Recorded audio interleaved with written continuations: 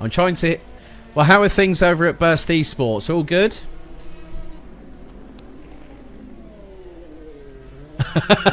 now I found my button to unmute. Oh, you were on push to talk, were you, Michi?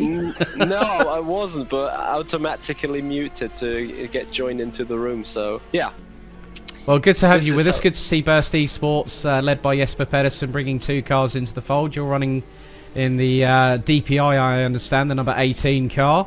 As always, your record speaks for itself. GT Pro race, Season 4 race winner. You've been running third in multiple different championships. You've done the Formula Pro Series, Formula Sim Racing, amongst others.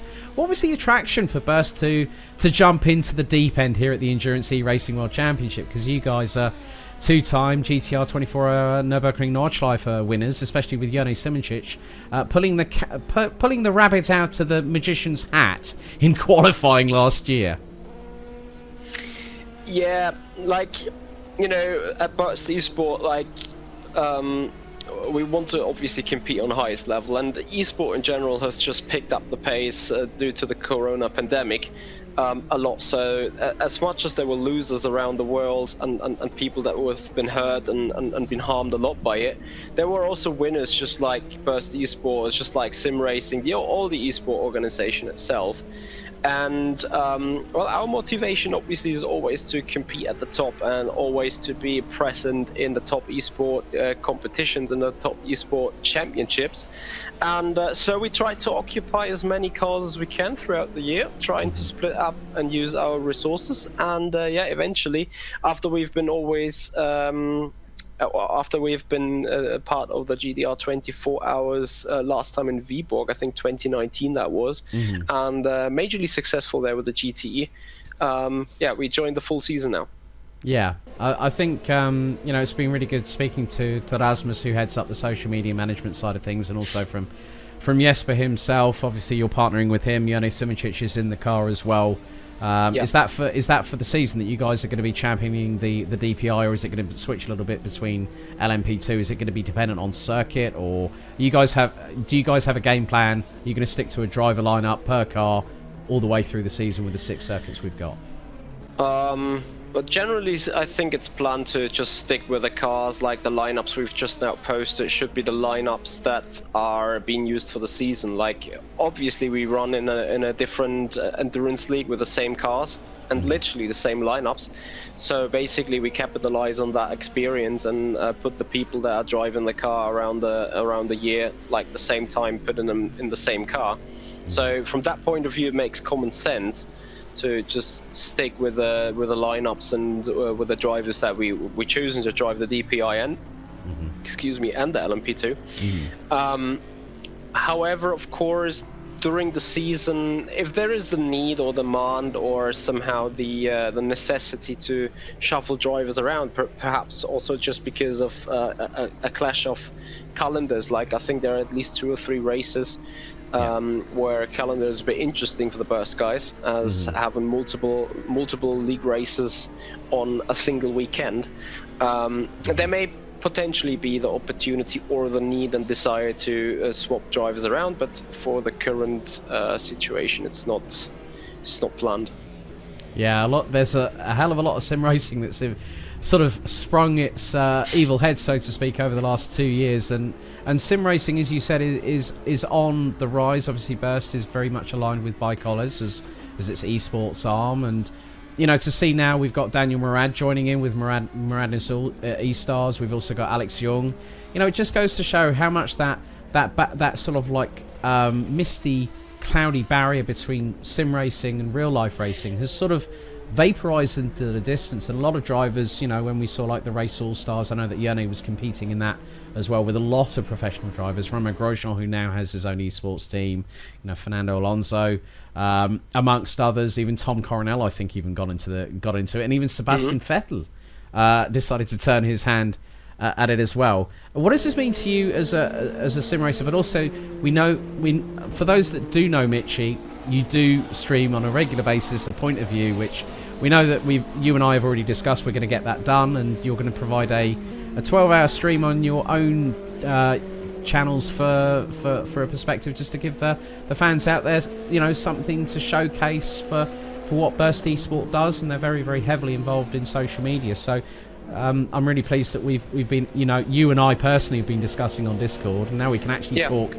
face to face, so to speak. That it's going to be quite a good way to get the fans involved, isn't it?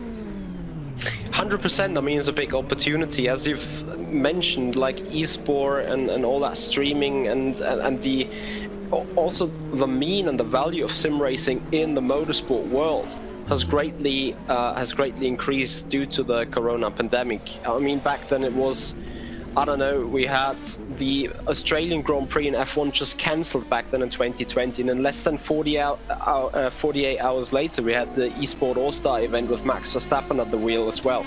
So that was an incredible kickstart, and then the 2020 year was extremely busy, 2021 was even more busy, and now, as you say, we're speaking about the point where sim racing and the eSport is a big part of the motorsport concept, even in FIA thinking.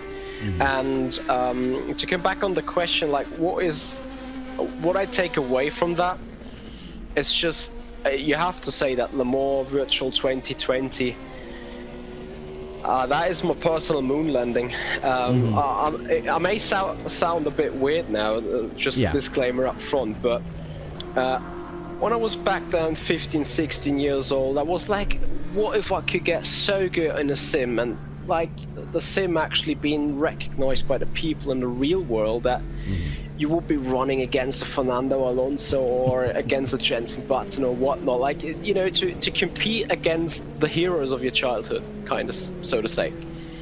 Yeah, and then it happened. I know. It happened. I know. The funny thing is, never in my wildest dreams as a commentator, you know, who had the opportunity through what has happened across the globe over the last 18 months, 2 years, to make that switch. And you see a lot of people that have made the switch the other direction. They've gone from sim racing to also work on real life commentary. It just goes to show that the, you know, Alice's Wonderland, you know, Pandora's box has been opened, and it's actually really, really flourished. And when people like saying, you know, like Alex Buncombe, Jenson Button, I've commentated on those drivers. I've actually interviewed Jenson as well post-race when he got a top 3. So from someone who was watching Formula One like in the late 2000s to then being commentating on him, it's quite a surreal experience. But, you know, as you say, like having those moon landing moments is just showing how, you know, I think a lot of people say that real life motorsport and sim racing, sim racing will replace it. I think, you know, they're very, very good comrades in arms, that you get the best of both worlds. Wouldn't you agree, Michi? I would 100% agree with it. You cannot, like, a very long time I compared sim racing and real racing to become some kind of identical. Like, I mean, let's face it, whatever an F1,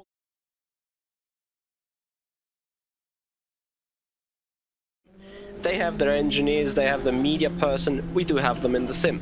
We do our Motec stuff, they do their Motec stuff, and so it is a very, very close and very similar environment. The only thing that we're lacking is the big costs, the travel stress, travel expenses, travel problems perhaps, and obviously no G-forces for the drivers. But apart from those 3 things, I think sim racing and real racing is pretty much the same thing. You can always argue about whether the simulators are displaying the cars like they are in real life, and obviously you are not limited in terms of tire usage yet because it's no feature on R-Factor 2. But at the end of the day, the key problem is the very same that you try to fix for every race. How do I go quick, consistent, and fastest way overall by exploiting whatever techniques I do have? Like in F1, you know, you build semi-legal cars or whatever to gain the advantage over the competitor. In sim racing, everything is same, so you gain the advantage by trying to put your knowledge and your driving skills and abilities to exploit whatever works on the car or not. So in that perspective, I think sim racing and real racing are very close together, but still separate things. Well, Michi Hoyer from Burst Esport SimPlexity, the number 18 DPi entry. Michi, wishing you and all the crew at Burst Esports, not just in DPi but LMP2, the very best of luck in qualifying tomorrow night, and enjoy the rest of the free practice. Many thanks. Likewise. Thank you.